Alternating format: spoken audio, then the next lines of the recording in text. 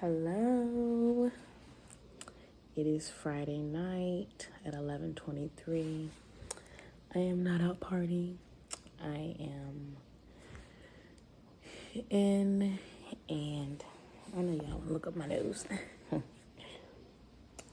And I am feeling the feels because Autumn is at her first sleepover with her sister at their dad's house, and I'm like, you know,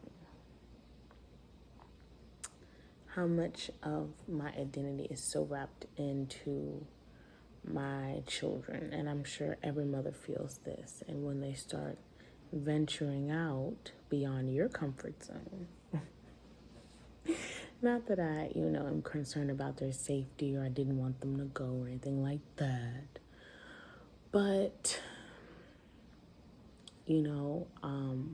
I am more familiar with Rael going a week at a time to her dad's because that is in our agreement.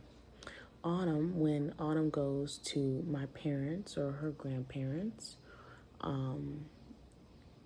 even if it is, 4 days, a week, I'm usually really busy working. I'm doing something, and blame it on the alcohol, blame it on that time of the month. But this just 2 nights, Friday, Saturday. She'll be home Sunday midday. This is hitting different, and Autumn's, because of the nature of this new thing.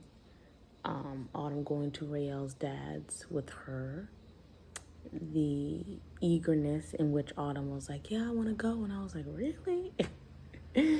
Me being so used to her being up under me, being just my little, my shadow, when I want,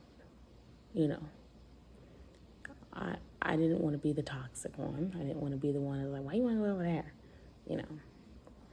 And I thought about how I'm sure with mothers who have older children, preteens, teens, especially when they go off to college and they're making their own choices. They're doing what they want to do. They're forming their own lives and relationships and connections, and may not visit as much, may not call as much. Like, I trust her, of course, and I want her to be happy. Definitely didn't want to be like, I don't want you going over there. No, stay with me and sit on the couch all night and, watch your little reaction videos and eat popcorn and talk on the phone and just you being there. Not that we're going to be doing anything extravagant, but it's a birthday party, it's a sleepover. It's going to be other little girls. You have to let go. You really do. My parents had to do it. But I'm questioning myself because it's like, is your identity, not is your identity, but, as mothers, how much of our identity, relies on our children in maybe an unhealthy way where we're not being realistic about, I only have less than 10 summers left with Autumn. And less than that, because I know when she get good and grown, she's gonna wanna be in the wind. She's gonna wanna be doing her own thing.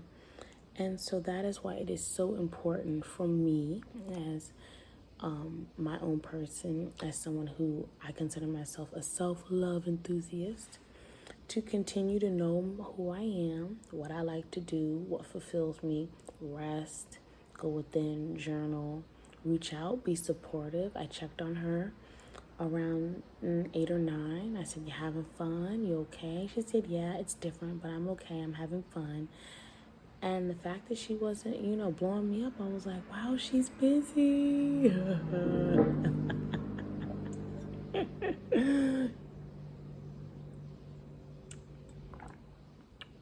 And I want her to have a good time. And I told her, I was like, at any time, at any point you can text me, you can call me, I'll come get you. Not that I think anything's gonna happen, not that I think you're not gonna have a good time or feel welcome, but I didn't want to put that negativity out there. But you have to know that, whatever choices and who they decide to become, at some point, you cut the umbilical cord and you want to love them and know them as people with free choice, with their own things, with their own desires. And you are your own person. They love and support you. Where do I need to begin to focus on cultivating, preparing myself for that? I don't know if other parents maybe thought this far ahead back in the day. I know I've told my mother, quite honestly, like, please don't feel a certain level of weight and responsibility for the choices that I consciously made and the things that I needed to learn for myself. Those were for me. And I'm so glad I did it, because I wouldn't be who I am today. That has nothing to do with you. And I love you for all that you gave me, for all that you poured into me, exposed me to, and protected me from. I was not raised to house hop and do sleepovers. That was not a thing for us. Me relinquishing this level of control is a big step for all of us. But I truly trust the household and Rael's father. And like I said, Autumn knew what she was getting herself into when she said, yes, I want to go. And I said, okay. So being able to be honest in myself, because I was kind of tossing and turning on the couch. I thought about going live, and I was like, And I did it for 3 minutes, and then I deleted it because I was like, I ain't ready to talk to nobody. Ain't nobody gonna get on here no way. And all those things were just going through my head. And I finally was like, what my problem is? I miss my daughter. I am just internalizing all of that.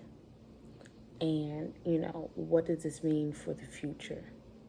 How do I need to emotionally prepare myself for that? When it's not something that I'm yay, go, go, go. And again, I'm not talking about something dangerous, something illegal, something that's I don't care if you smoke weed and drink recklessly and, go to unsafe places, party with people you don't know. I'm hands-off mom. I'm a supportive mom. I'm living my own life. I'm not talking about that. So all things within reason, of course, but just thoughts, just sharing late night.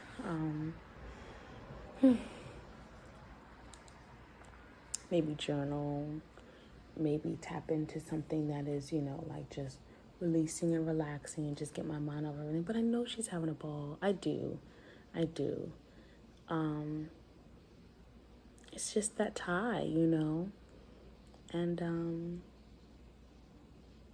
being aware that you're gonna enter different seasons, you're gonna enter new ways of thinking and feeling about things. They're not babies forever, and hope that makes sense. And I don't know. Until the next video, peace, bye.